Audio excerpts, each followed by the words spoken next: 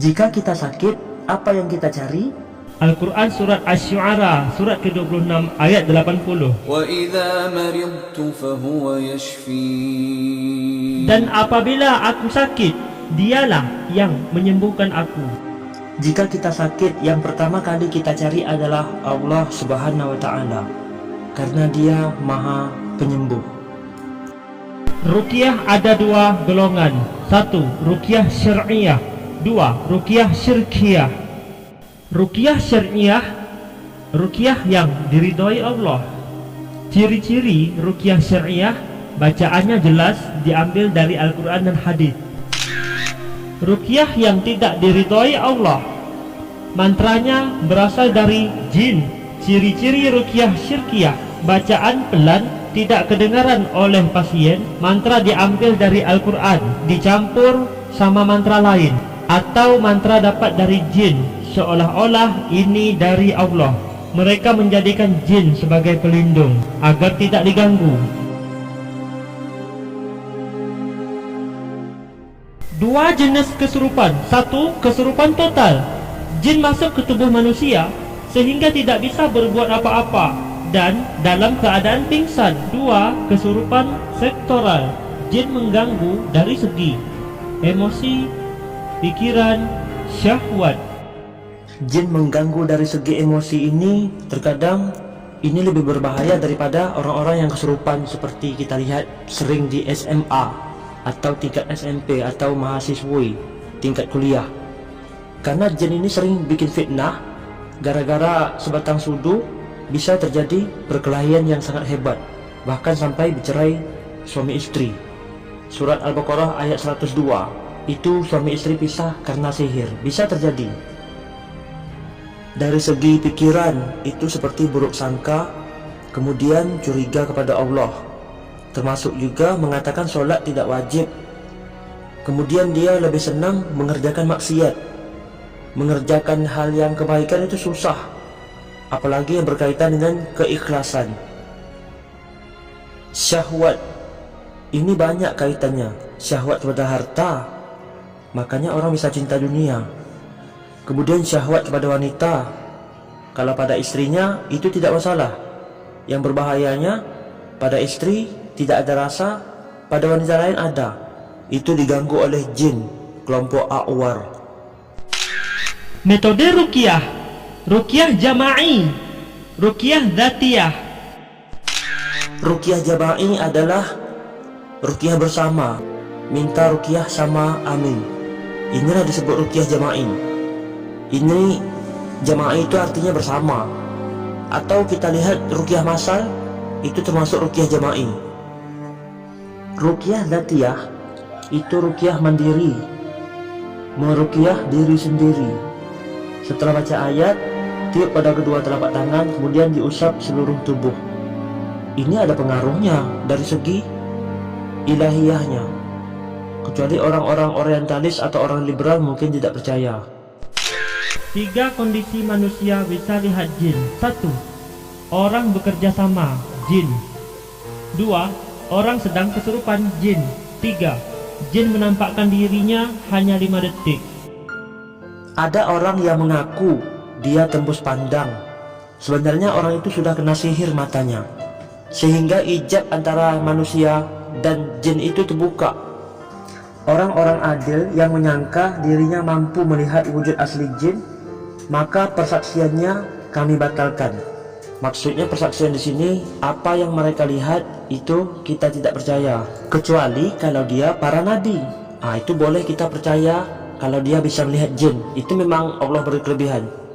Coba lihat dalam Tabaqat Asy-Syafi'iyah Al-Kubra nomor 2/130.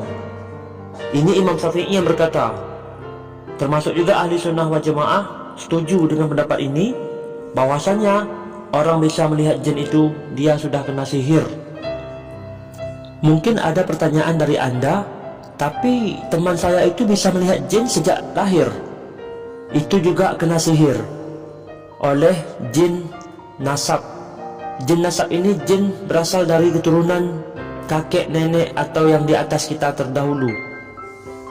Mereka punya perjanjian, pajak cucu nomor sekian akan dijadikan tumbal. Jadi tumbal itu tidak harus mati. Bisa melihat jin itu juga jadi tumbal, karena matanya sudah kena sihir. Kecuali kalau jin itu menjelma menjadi hewan seperti ular. Makanya kalau kita jumpa sama ular, itu kita usir, dia tidak pergi, makanya boleh dibunuh, karena sesungguhnya itu adalah syaitan. Kemudian jin itu menjelma menjadi manusia, seperti yang dilakukan oleh jin korin. Misalkan ada orang sudah meninggal, kemudian kita lihat orang itu bangkit lagi katanya, ada gentayangan. Itu sebenarnya fitnah dari kelompok jin korin. Tamimah atau tangkal. Man atakahina aw sahiru fasaddaqahu bima yaqulu faqad kafara bima unzila ala Muhammad. Barang siapa yang mendatangi dukun atau tukang sihir, kemudian ia membenarkan, mempercayai perkataan mereka, maka sungguh ia telah kafir terhadap apa yang diturunkan kepada Muhammad. Hadits nomor 8.